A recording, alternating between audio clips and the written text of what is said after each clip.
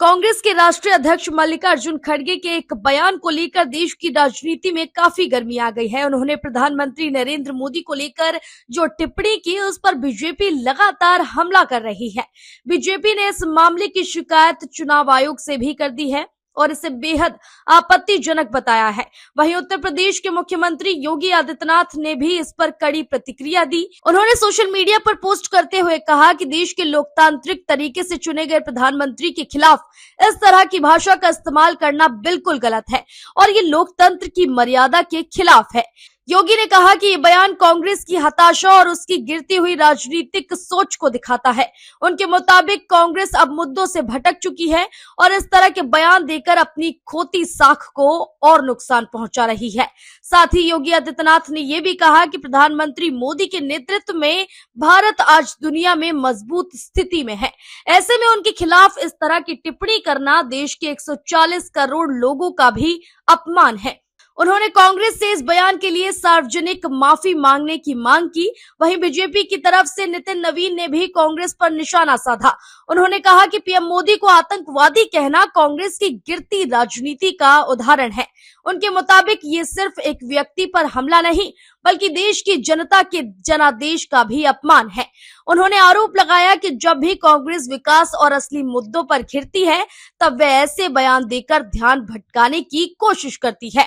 नितिन नवीन ने राहुल गांधी और सोनिया गांधी का नाम लेते हुए कहा कि उनके इशारों पर ही इस तरह की बयानबाजी की जाती है।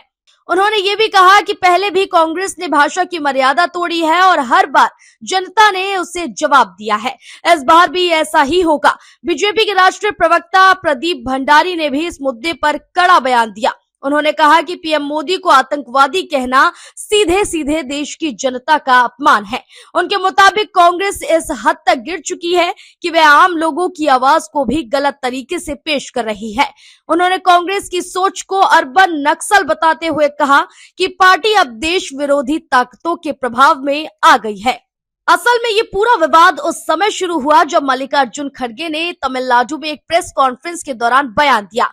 उन्होंने एआईएडीएमके का जिक्र करते हुए कहा कि जो लोग अन्नादुराई की विचारधारा की बात करते हैं, वे मोदी के साथ कैसे जा सकते हैं।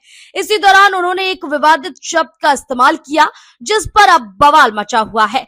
हालांकि बाद में खड़गे ने सफाई भी दी। उन्होंने कहा कि उनका मतलब ये नहीं था कि प्रधानमंत्री आतंकवादी हैं। उन्होंने कहा कि वे सिर्फ ये कहना चाहते थे कि मोदी विपक्ष और राजनीतिक पार्टियों पर दबाव बनाते हैं। उन्होंने ईडी, आईटी और सीबीआई जैसी एजेंसियों का जिक्र करते हुए कहा कि इनका इस्तेमाल विपक्ष को डराने के लिए किया जा रहा है।